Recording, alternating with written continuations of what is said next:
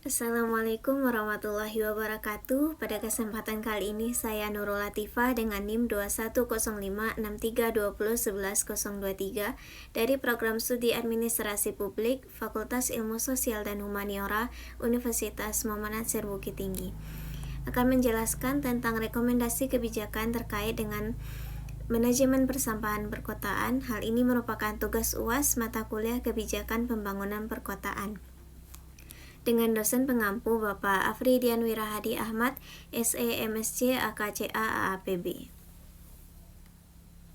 Baik, masuk kepada masalah lingkungan hidup.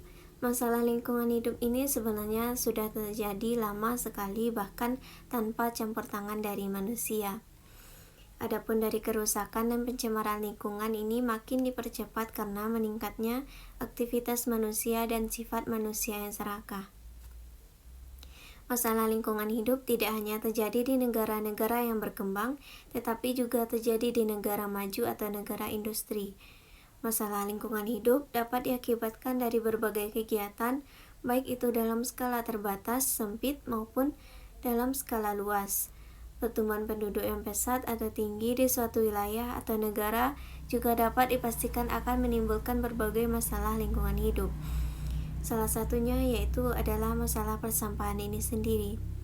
Menurut Gesmanik pada tahun 2003, sampah itu didefinisikan sebagai suatu benda yang tidak digunakan atau tidak dikehendaki dan harus dibuang. Sampah ini yang dihasilkan oleh kegiatan manusia, sedangkan menurut Badan Standar Nasional dalam Tata Cara Teknik Operasional Pengelolaan Sampah Perkotaan mendefinisikan sampah itu sebagai limbah yang bersifat padat, terdiri dari bahan organik dan bahan anorganik yang dianggap tidak berguna lagi dan harus dikelola agar tidak membahayakan lingkungan. Juga untuk melindungi investasi pembangunan. Selanjutnya adalah pentingnya manajemen persampahan yang efektif.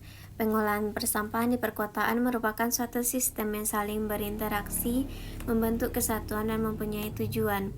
Pengolahan sampah suatu kota bertujuan untuk melayani penduduk terhadap sampah domestik rumah tangga yang dihasilkan secara tidak langsung, guna untuk memelihara kesehatan masyarakat, serta untuk menciptakan suatu lingkungan yang baik, bersih, dan sehat. Sampah padat dari pemukiman merupakan bagian terbesar dari sampah yang timbul di Indonesia. Pemerintah bertanggung jawab dalam pengumpulan ulang dan pembuangan sampah dari pemukiman secara memadai. Bagi itu, negara berkembang pada umumnya menyelesaikan masalah persampahan yaitu dengan membuang ke tempat lain.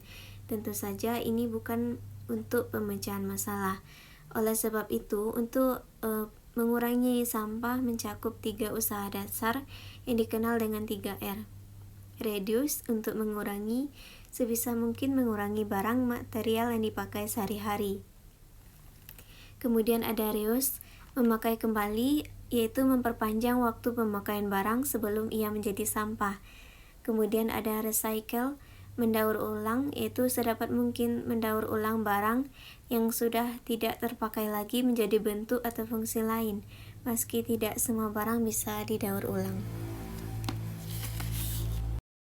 Selanjutnya masuk kepada pengolahan sampah yang berwawasan lingkungan, akan mengurangi volume sampah yang masuk ke TPA sehingga dapat memperpanjang umur tempat pembuangan akhir atau TPA.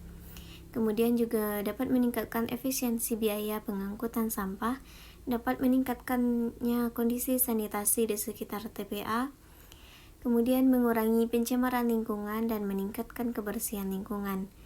Selanjutnya dapat membantu melestarikan sumber daya alam, terutama kompos yang dipakai untuk pupuk tanaman.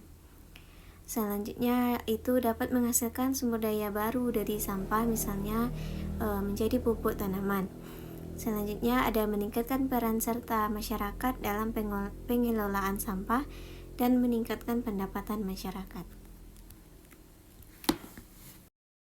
Kemudian dalam Undang-Undang Nomor 18 Tahun 2008 tentang pengelolaan sampah, jenis sampah itu yang diatur adalah sampah rumah tangga, yaitu sampah yang berbentuk padat yang berasal dari sisa kegiatan sehari-hari di rumah tangga, tidak termasuk tinja dan sampah spesifik dan dari proses alam yang berasal dari lingkungan rumah tangga. Sampah ini bersumber dari rumah atau dari kompleks perumahan. Kemudian ada sampah sejenis sampah rumah tangga, yaitu sampah rumah tangga yang berskala bukan dari rumah tangga dan lingkungan rumah tangga, melainkan berasal dari sumber lain seperti pasar, pusat perdagangan, kantor, sekolah, rumah sakit, rumah makan, hotel, terminal, pelabuhan, industri, tanaman kota, dan lain sebagainya.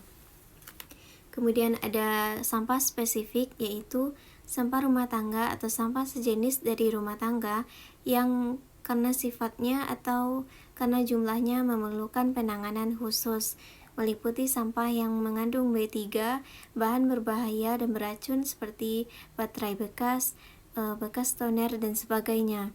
Kemudian ada sampah yang mengandung limbah B3 atau sampah medis, sampah akibat bencana, puing-puing pembongkaran, sampah yang secara teknologi belum dapat diolah, sampah yang timbul secara periode atau hasil dari kerja bakti.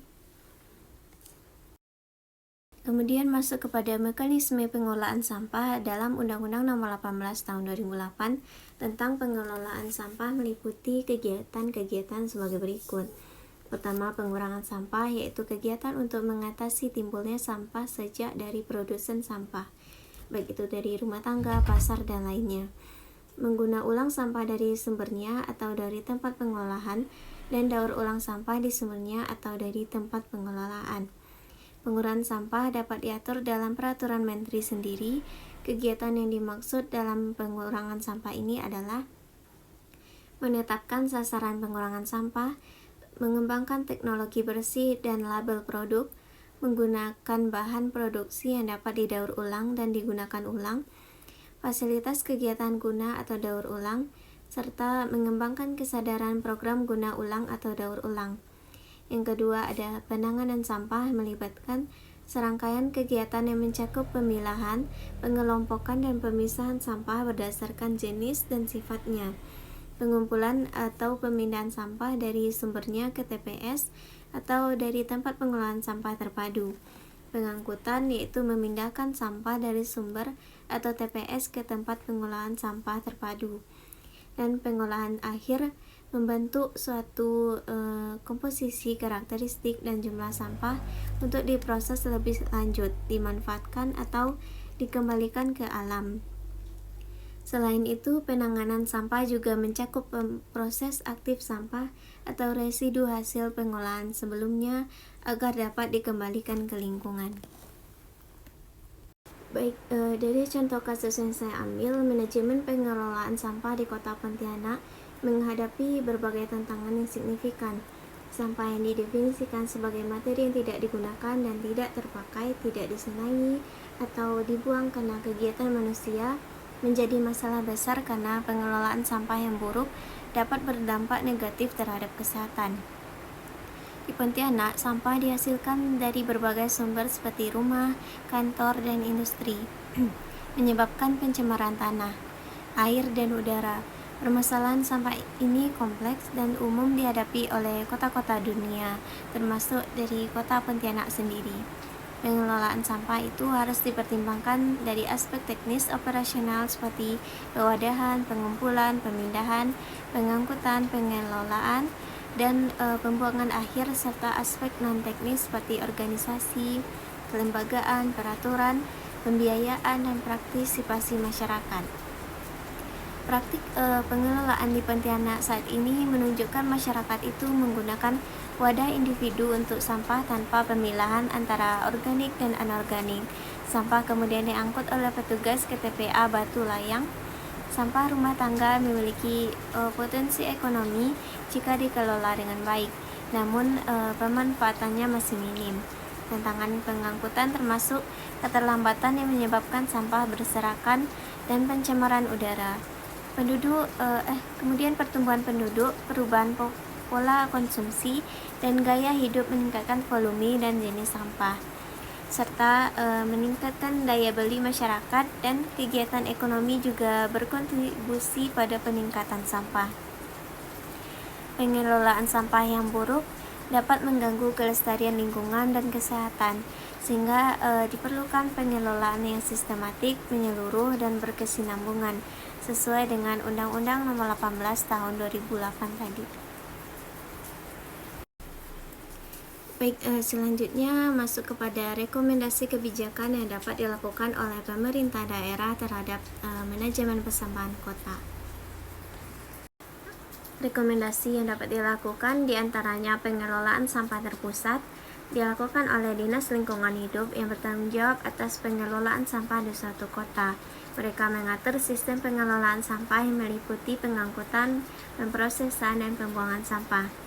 Kemudian rekomendasi kedua yaitu konsep 3R tadi, ada reduce, reuse, dan recycle yang digunakan untuk mengurangi produksi sampah melalui kegiatan-kegiatan yang bertujuan untuk menerapkan prinsip pengelolaan sampah yang berkelanjutan.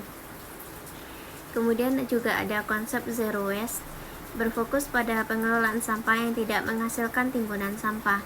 Dalam sistem ini, bahan-bahan yang dapat di-recycle dan di-reuse digunakan untuk mengurangi timbunan sampah, sehingga tidak ada lagi timbunan sampah yang harus dibuang. Keempat, ada pewadahan sampah.